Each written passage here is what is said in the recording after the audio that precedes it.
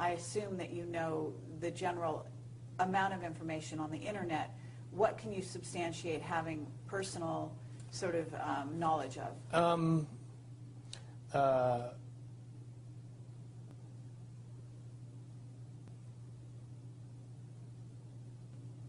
Child rape.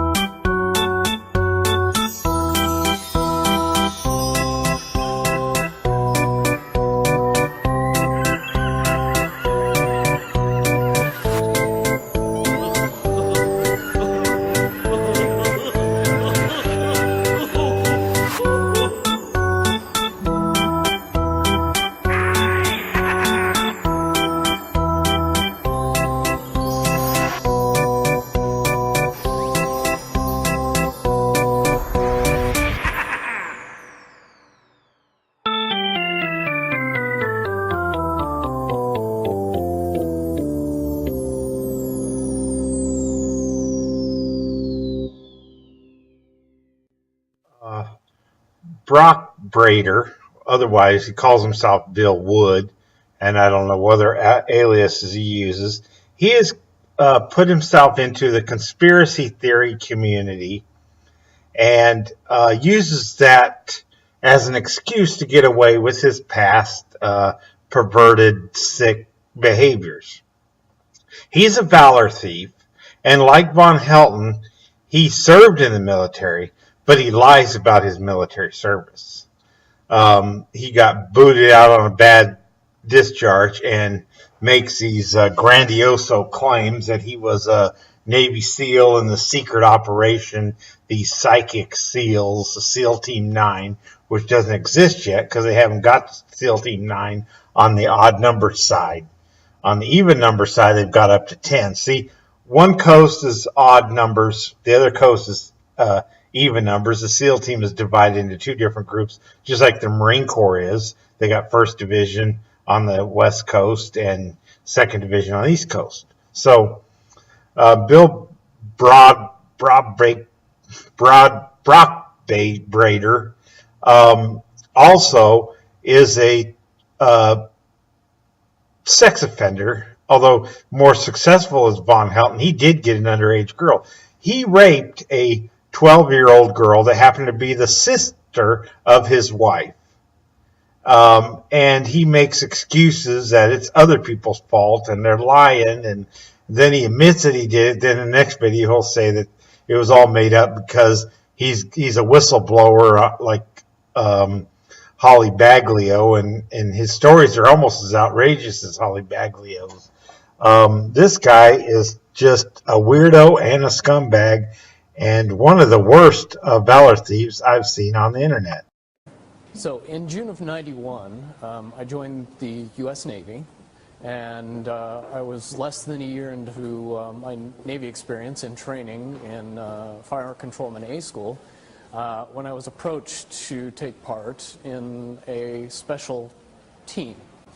I found out later that they selected the people who knew absolutely everything about everything and were very good at taking tests and very good at solving problems, which is what it eventually came down to.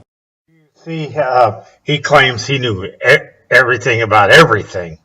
That's another thing about these narcissists who steal valor.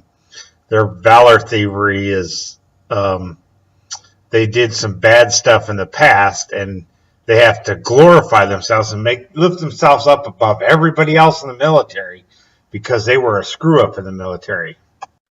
Okay, and so you were trained in a very special place to enhance those skills, is that right?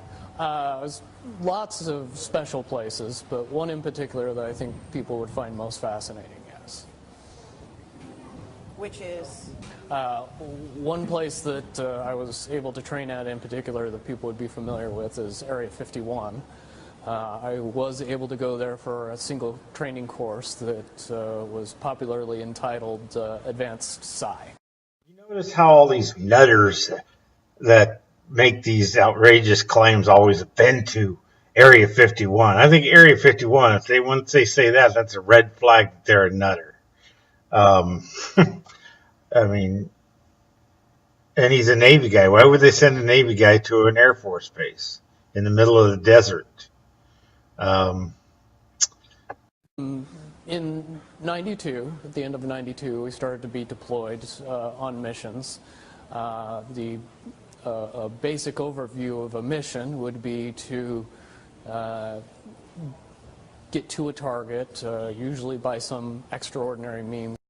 In another interview, which I couldn't find, it had been deleted, he claims that the extraordinary means they used to go into places was these glider suits, and that he would glide in 20 miles. Him and his team of 9 would that's how they would get to their targets. You look at this guy and you know there's no way. The basic sense is that I would be controlling Tomahawk cruise missiles and using specialized equipment that nobody really knew about in order to fly those missiles. One thing these pathological liar Valor thieves do is they'll interject some truth.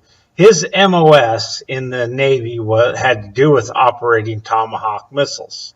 So he did that, but as far as being a Navy SEAL, that's been proven to be false. He never was a Navy SEAL, never trained with Navy SEALs, doesn't have anything to do with Navy SEAls.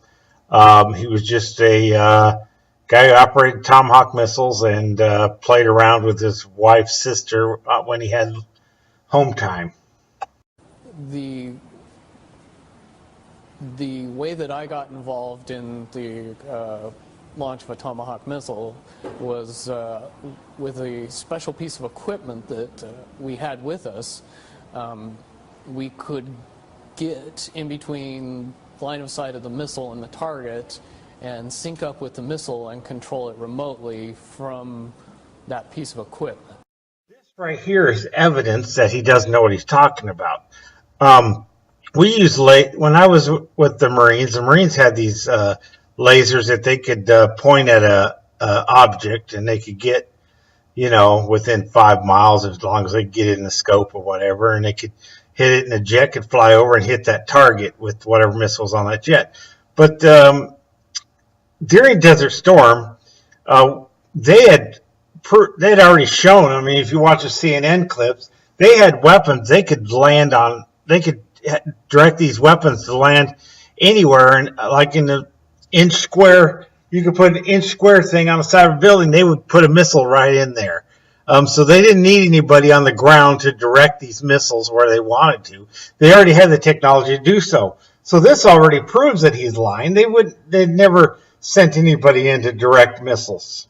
Computer or looking glass. Right. They had to use a computer to do it. Right. So in essence, but at a certain point, it's still an end game. It's still, they cannot go beyond a certain point. At a certain point, after they're done hearing the computer tell them, this is what's going to happen over and over and over and over again, all they become focused on is, how do we fix it?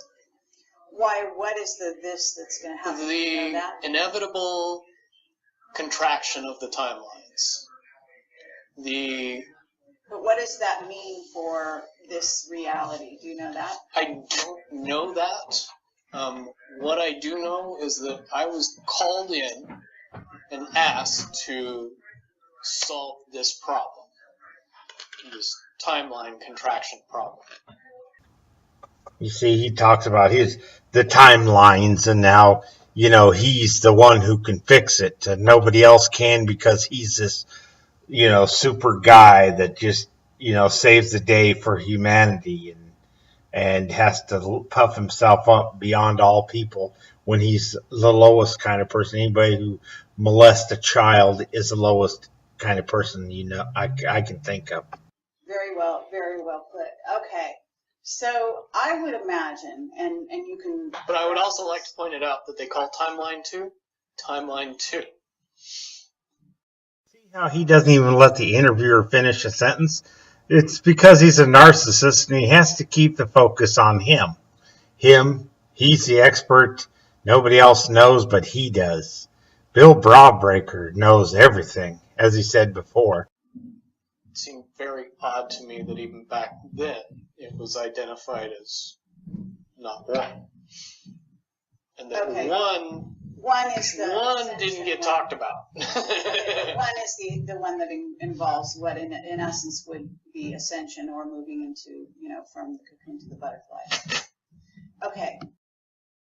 Now this next video clip is he made after response to one of his court hearings where he was not doing what he's supposed to do on his probation and got in trouble.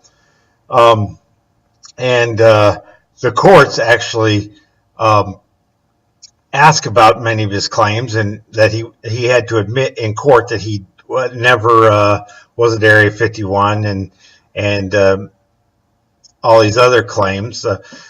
This is going back to the victim of his abuse, the woman that he raped and all that, and he never owes up to it. It's always everybody else's fault. Most of these narcissists are like that, and Valor thieves. They never take credit for their wrongs. This next one I find very disturbing. In another interview, and I'm not going to show it because my video would go on too long. Eve Moore is his present wife, and she makes claims that this event never happened, that he never did molest anybody, that the government made it up to stop him from blowing the whistle on the government's alternate timeline conspiracy theory bullshit. But the fact is it did happen, and this confirms it in this video clip that he did, in fact, have a victim. And you're going to hear what he is telling her, hoping that she's watching this video that he made. In my original video, I did everything that I could to not bring Janela in, my ex-wife's sister, my ex-sister-in-law, the person that I was court-martialed for molesting. I did everything I could to not bring her into it and to keep her out of it. And she got drug into it and did a lot on her own to participate in it. So what I want everybody to understand is I need to add a few details from above and beyond what I've already said in my videos. And I think everybody will kind of understand why it's necessarily important. That being said, I'm going to leave out every detail that doesn't need to be talked about. And I do that because Janela, even though she's 33 years old, she has a husband and a family, and I want to protect that as best I can. I don't want her to be a part of this. I don't want her to get in the middle of it. It's going to be up to her. Now, with that being said, I am going to make a video of all the details and every detail that is out there, but it's not going to be published unless it needs to be to clear the record. If everybody's okay with the fact that this is as far as it goes, this is as far as it'll go. Now, I'm going to end this little segment of the video by saying, Janela, I need you to understand something. I am doing this for the greater good. We have some serious problems in the world that nobody's dealing with. but me and my people. And us doing a good job means that your children and your grandchildren aren't going to have to deal with the mess that things are. Because currently, what's being left to the children and grandchildren of America right now is $18+ trillion of debt and a corporation system that controls government and turns us all into debt slaves. And I need you to understand that this is what I'm worried about. This is what I'm trying to do. I am asking you to exercise your choosing, to stay out of this. Let me and mine do what we got to do to fix things. You got used the first time at the court-martial. You got used again at my trial. And you let something slip, consciously or unconsciously, that I know is the truth, and your family knows is the truth.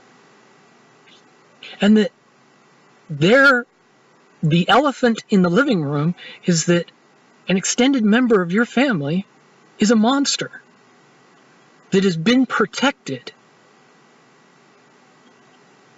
by blaming me for everything that he did. I wish I would have known what was going on with you in the beginning.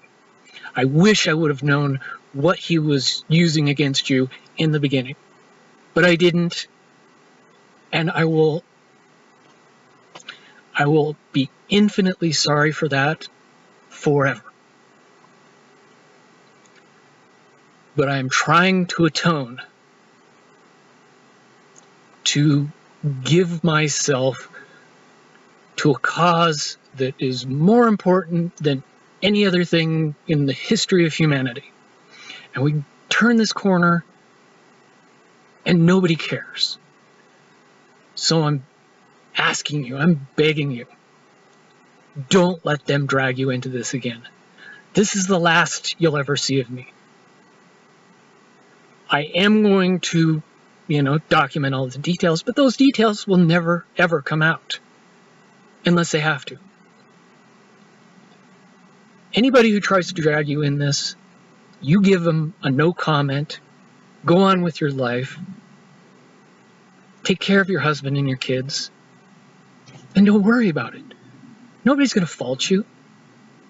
Everybody's going to understand why you made the decisions that you did. You were a kid, 16 years old, having to choose what you had to deal with. And that shouldn't have been put on you. And I'm sorry. I'm really, really sorry.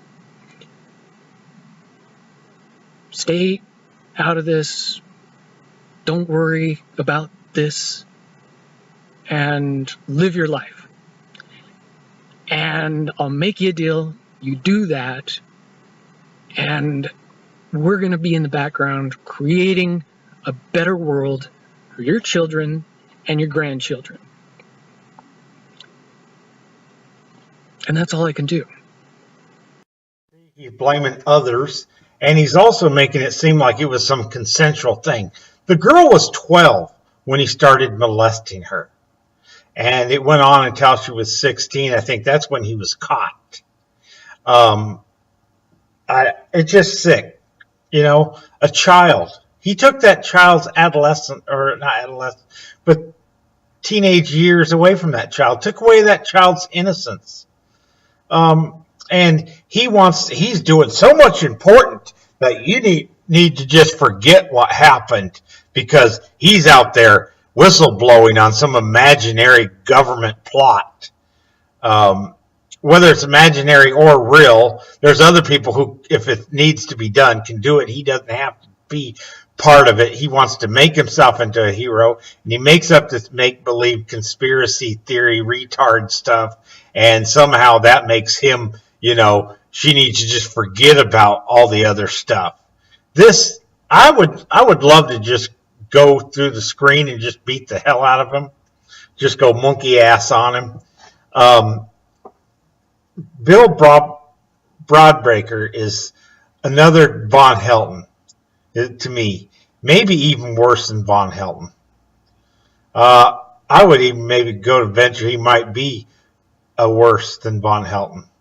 The guy currently is in jail in Idaho for failing to register as a sex offender, and I hope they keep him there for a long time. His wife is going around, not the wife whose sister that's his ex-wife, but his current wife is going around saying that he's innocent, that he was set up, that the molestation never happened.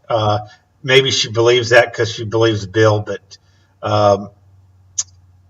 Bill Brockbrader, or AKA Bill Wood, is just a sick piece of crap Valor thief.